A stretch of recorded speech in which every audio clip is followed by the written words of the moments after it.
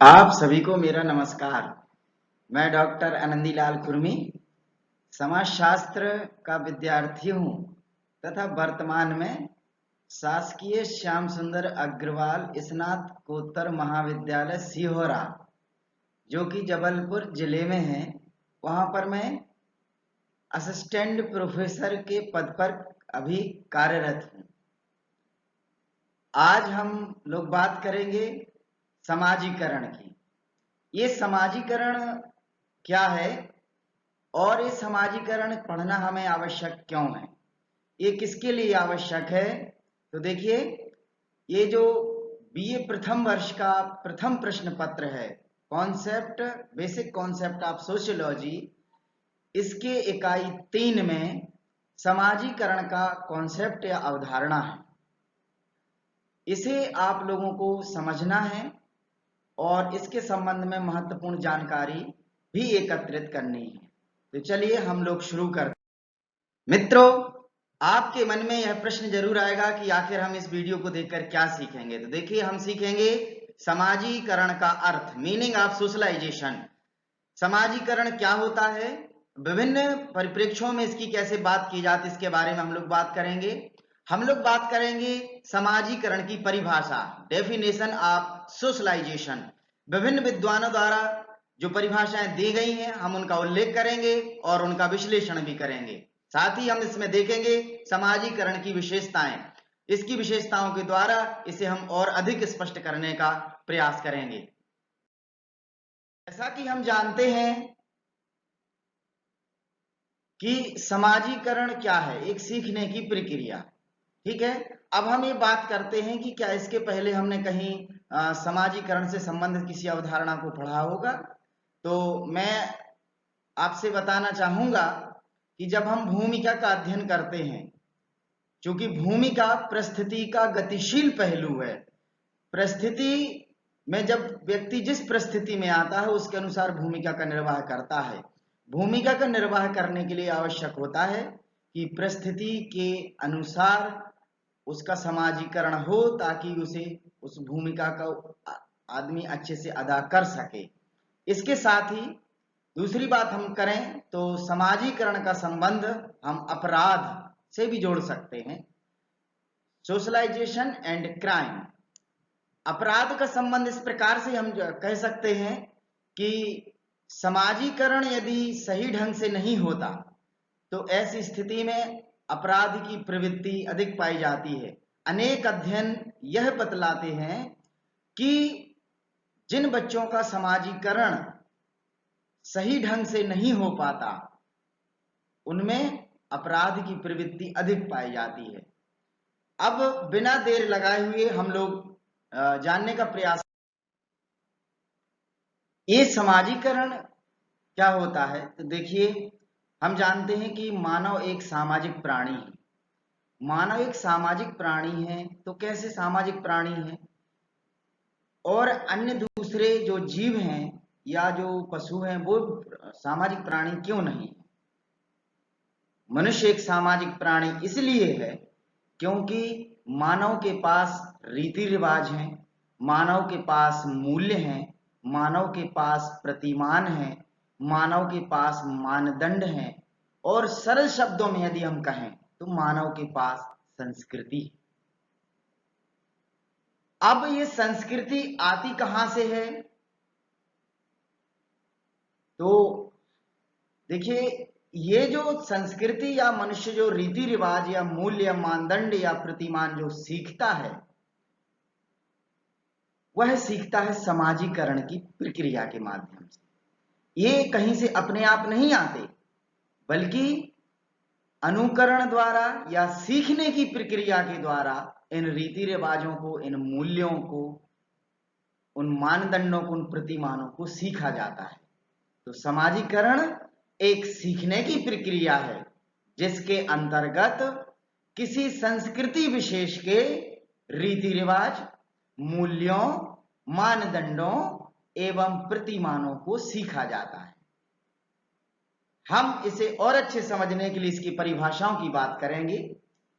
Gillin and Gillin महोदय की परिभाषा है समाजीकरण से हमारा तात्पर्य उस प्रक्रिया से है जिसके द्वारा व्यक्ति समूह का एक क्रियाशील सदस्य बनता है, तब समूह की कार्य विधियों से समन्वय स्थापित करता है तथा सामाजिक परिस्थितियों से अनुकूलन करके अपने साथियों के प्रति सहन शक्ति की भावना विकसित करता है। जैसा कि गिलिन एवं गिलिन की परिभाषा पढ़कर हमें आभास हो रहा है कि यह एक प्रक्रिया है, हम इस परिभाषा को इंग्लिश में समझ लेते हैं। By the term socialization we mean the process by the individual develops into a functioning member of the group acting according to its tradition and adjust himself to the social situation. अगली परिभाषा को हम और समझते हैं ताकि हम और इसे अच्छे ढंग से समझ सकें। किम्बालियंग महोदय कहते हैं, समाजीकरण व्यक्ति की सामाजिक और सांस्कृतिक जगत से परिचय कराने, उसे समाज तथा उसके विभिन्न समूहों में एक सहभागी सदस्य बनाने तथा उस समाज के आदर्श नियमों और मूल्यों को स्वीकार करने की प्रेरणा प्रदान करने वाली प्रक्रिया है। इसे इंग्लिश में भी हम देख लेते हैं। Socialization will means the process of including the individual into the social and including him to accept the norms and values of that society। इसे हम इतना तो समझ चुके हैं पर इन परिभाषाओं के आधार पर कि यह सीखने की एक प्रक्रिया है जिसके माध्यम से व्यक्ति किसी समाज के या समूह के मूल्यों प्रतिमानों को सीखता है। इसकी विशेषताओं की हम लोग बात कर लेते हैं। देखिए, सबसे पहली हम जो परिभाषाओं के आधार पर विशेषता पर पहुंचे हैं वो है सीखने की प्रक्रिया। समाजीकरण एक सीखने की प्रक्रिया है जिसके माध्यम से एक व्यक्ति किसी समाज विशेष की रीति रिवाजों को, मूल्यों को, प्रतिमानों को, मानदंडों को सीखता है, अंगीकृत करता है। दूसरी परिभाषा की हम बात करें, this is a symbolic process, यह प्रतीकात्मक प्रक्रिया है। समाजीकरण की प्रक्रिया में प्रतीकों का एक अपना महत्व होता है। सबसे बड़ा प्रतीक तो भाषा है जिसके माध्यम से हम अपने भावों को अभिव्यक्त करते हैं। ये भाषा हम कहां से सीखते हैं? समाजीकरण के माध्यम से सीखते हैं। इसके अतिरिक्त हमारे जीवन में अनेक प्रकार के प्रतीकों का प्रयोग होता है, अनेक प्रतीकों का अर्थ हम एक जैसा समझते हैं। ऐसा इसलिए होता है क्योंकि समाजीकरण के माध्यम से इन प्रतीकों का आंतरिकरण हम करते हैं। हमें ये सिखाया जाता है कि रेड सिग्नल पर रुकना है और ग्रीन सिग्नल पर आगे बढ़ना है। येलो सिग्नल देख अगर हमें है तो हमें आसपास आजू बाजू देख करके हमें आगे बढ़ना है। ये सब हम कहां से सीखते हैं? यह सीखा जाता है समाजीकरण की प्रक्रिया के माध्यम से। अगली विशेषता इसकी व्यक्ति के विकास या परिवर्तन की प्रक्रिया। समाजीकरण की प्रक्रिया के माध्यम से व्यक्ति का जो स्व अर्थात जो सेल्फ होता है, इसका विकास होता है, इसमें परिवर्तन होता है। अनेक समाजशास्त्री, अनेक मानव शास्त्री, जिसमें चार्ल्स हर्बर्ट कूले, मीड आदि हैं, ये बात करते हैं कि किस प्रकार से समाज के संपर्क में आकर के और व्यक्तित्व का विकास होता है। अनेक गुणों का समावेश व्यक्ति में इस समाजीकरण की प्रक्रिया के माध्यम से होता है। निरंतर अनेक चरणों में जो समाजीकरण की प्रक्रिया होती है, इस प्रक्रिया में व्यक्तित्व का विकास या परिवर्तन होता है। अनुकूलन की प्रक्रिया। समाजीकरण के माध्यम से एक व्यक्ति किसी समाज विशेष के रीति रिवाजों, मूल्यों, प्रतिमानों और मानदंडों से सामंजस्य स्थापित करने का प्रयास करता है, क्योंकि यदि हम किसी समाज विशेष के मूल्यों से, प्रतिमानों से सामंजस्य नहीं कर पाएंगे तो हम उस समाज में सर्वाइव नहीं कर सकते। किसी भी समाज के जो प्रतीक हैं, मूल्य हैं, प्रतिमान हैं, उनको जानना बहुत आवश्यक होता है और समाजीकरण की प्रक्रिया इस अनुकूलन का कार्य करती है।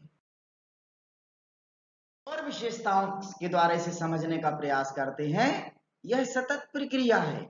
जी हां, ऐसा नहीं है कि समाजीकरण आज हुआ तो दूसरे दिन बंद हो गया, या हम बचपन है हमारा तो बचपन में समाजीकरण हो रहा है, बुढ़ापे में नहीं होगा। ऐसा नहीं है।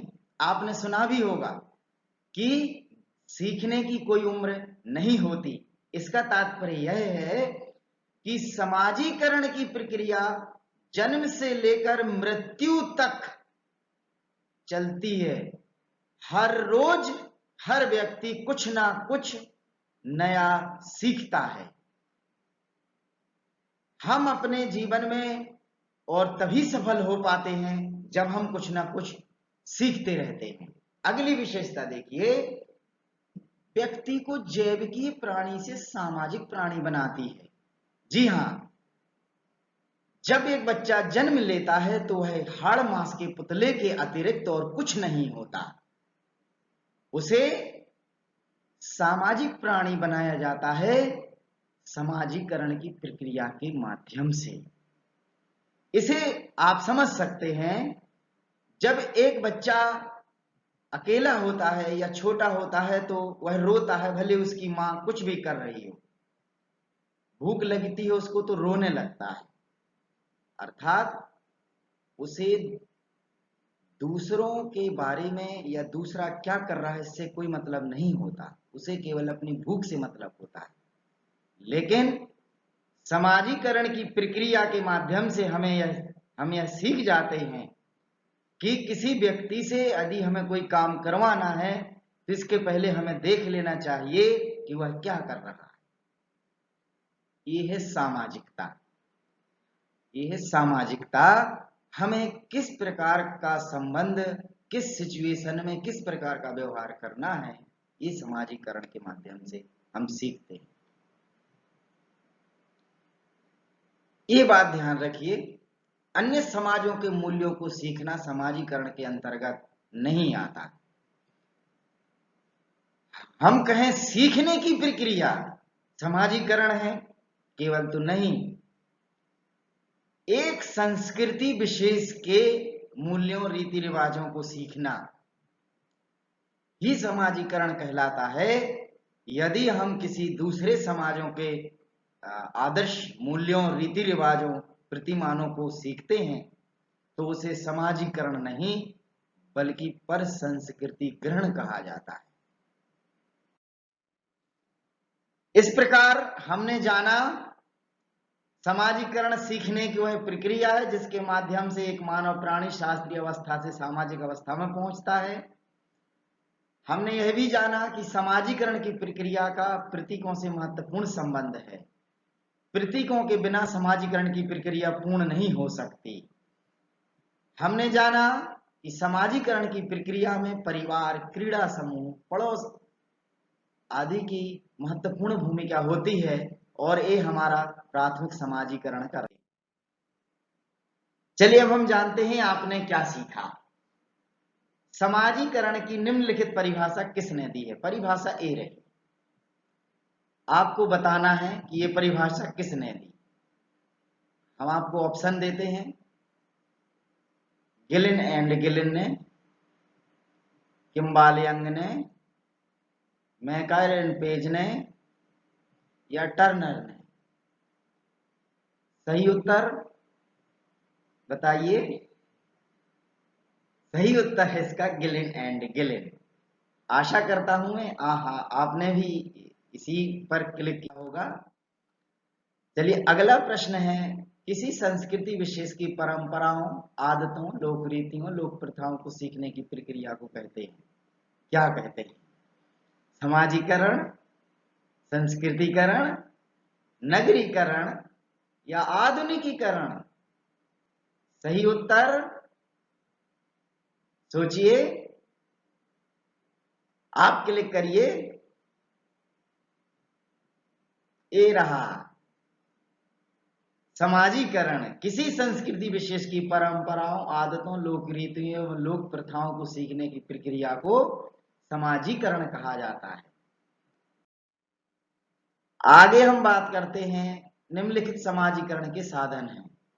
आपको बताना है परिवार, क्रीड़ा समूह, पड़ोस, उपर्युक्त सभी। बताइए, ये रहा सही उत्तर, उपर्युक्त सभी। मैं आशा करता हूं कि आपने भी इसे ही क्लिक किया। अगर आप इसके बारे में और अधिक जानना चाहते हैं और अधिक विस्तृत रूप से इसे पढ़ना चाहते हैं तो आप पढ़िए। धर्मेंद्र कुमार का लिखा हुआ पुस्तक है समाजशास्त्र, जो टाटा मैकग्रा पब्लिकेशंस है नई दिल्ली का, वहां से पब्लिश्ड होती है।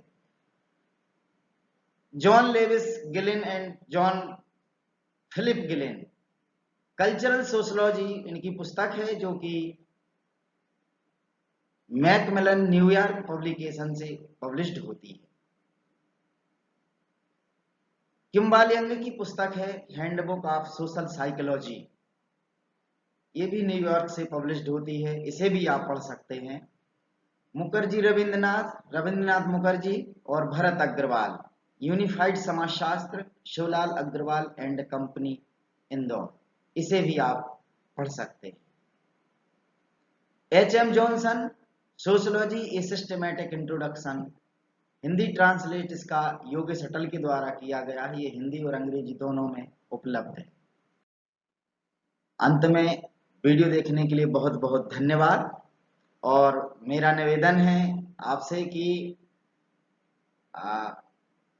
इसके संबंध में यदि आपको कोई कमी या कोई सुझाव यदि समझ में आता है तो कमेंट बॉक्स में जरूर लिखें और मुझे बताएं, ताकि इसमें मैं और अधिक से अधिक सुधार कर सकूं या नई नई चीजें आप लोगों को प्रोवाइड करा सकूं।